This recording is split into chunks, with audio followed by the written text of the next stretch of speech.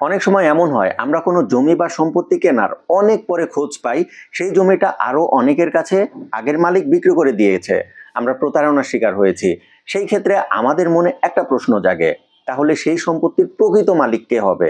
তো বন্ধুরা, আজকের ভিডিওতে আমি আপনাদের সম্পত্তি হস্তান্তর আইন 1882 অনুযায়ী তথ্য জানাবো যে কিভাবে একটা জমির প্রকৃত মালিক আপনি হতে পারবেন, এবং আপনার সাথে যদি কখনো এমন প্রতারণা হয় তাহলে সেই জমির প্রকৃত মালিক আসলে কে হবে, কাকে বাংলাদেশের আইন অনুযায়ী সেই জমির প্রকৃত মালিক ঘোষণা করা হবে। তো বন্ধুরা, আমি আজকের ভিডিওটা বানিয়েছি জমি হস্তান্তর আইন বা সম্পত্তি হস্তান্তর আইন 1882 অনুযায়ী, এবং এই ভিডিওটা সম্পূর্ণ শিক্ষণীয় বা শিক্ষার উদ্দেশ্যে বানিয়েছি। আপনারা এই ভিডিওকে বেস না ধরে আপনারা যদি কখনো এমন পরিস্থিতির মুখোমুখি হন তাহলে অবশ্যই একজন অভিজ্ঞ আইনজীবী শরণাপন্ন হয়ে এই ধরনের পরিস্থিতি মোকাবেলা করবেন। আমি শুধু আপনাদেরকে এই তথ্য জানাচ্ছি যেন আপনারা কখনো জমি কিনতে গেলে বা এমন কোনো ঘটনার মুখোমুখি হলে সঠিক দিক নির্দেশনা পেয়ে থাকেন। তো আসুন আসল আলোচনায় চলে যাই।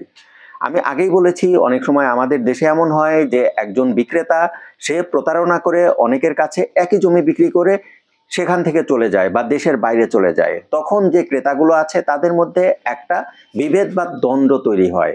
সেই ক্ষেত্রে অনেকেই কনফিউজ থাকেন যে এই পরিস্থিতিতে প্রকৃত মালিক আসলে কে হবে, কাকে আসল মালিক ঘোষণা করা হবে।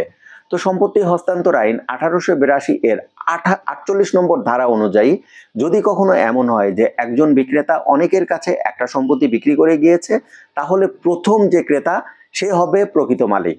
শুধুমাত্র প্রথম ক্রেতাই যে প্রকৃত মালিক হবে ব্যাপারটা কিন্তু মোটেও এমন নয়, এর ভিতরে আরো কিছু কথা আছে। ধরুন, প্রথমে যে জমির ক্রেতা প্রথমে সেই জমিটা কিনেছে কিন্তু সেই জমিটা রেজিস্ট্রি করেনি, তাহলে তাকে মালিক হিসাবে ঘোষণা করা হবে না। আমি একটা উদাহরণ হিসাবে আপনাদের বলতে পারি পুরো ঘটনাটা। ধরুন, একটা জমি আপনি কিনেছেন, আপনি কিনেছেন 10 জানুয়ারি এবং আপনি সেটা রেজিস্ট্রি করেছেন 15 জানুয়ারি। ধরুন আরো একজন সেই একই জমিটা কিনেছে 10 জানুয়ারি কিন্তু সে রেজিস্ট্রেশন করেছে 13 জানুয়ারি, তাহলে কে ক্রেতা হবে? দ্বিতীয় ব্যক্তি আপনার চেয়ে 10 দিন বা 5 দিন পরে সেই জমিটা কিনেছে কিন্তু রেজিস্ট্রি করেছে আপনার চেয়ে 1 দিন বা 2 দিন আগে, তাহলে প্রকৃত ক্রেতা সেই ব্যক্তিটা যে আপনার আগে রেজিস্ট্রি করেছে।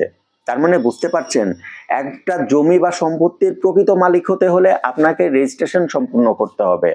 রেজিস্ট্রেশন সম্পূর্ণ করা ছাড়া আপনি কখনোই সেই সম্পত্তির প্রকৃত মালিক হতে পারবেন না। আবার যদি এমন হয় যে আপনি একটা সম্পত্তি কিনেছেন কিন্তু সেই সম্পত্তিটা একাধিক ব্যক্তি আগেই কিনে ফেলেছে এবং তারা আগেই রেজিস্ট্রেশন সম্পূর্ণ করেছে, তাহলে কি হবে? সেই জমিটা বা সেই সম্পত্তির প্রকৃত মালিক সেই হবে যে সেই সম্পত্তিটা আগে কিনে আগে রেজিস্ট্রেশন করেছে। তো বন্ধুরা, আশা করি আপনারা পুরো ভিডিওটা বুঝতে পেরেছেন।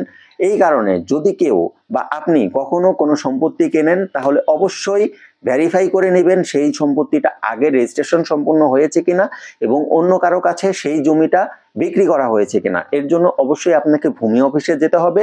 ভূমি অফিসে গিয়ে দাগ নাম্বার, খতিয়ান নাম্বার এবং বিস্তারিত তথ্য দিয়ে ভেরিফাই করে নিতে হবে। তো বন্ধুরা, আজকের ভিডিও এতটুকুই। যদি এই সংক্রান্ত বা যে কোনো তথ্য জানার জন্য আপনাদের কোনো তথ্য প্রয়োজন হতে তাহলে অবশ্যই আমার ভিডিও নিচে কমেন্ট করবেন।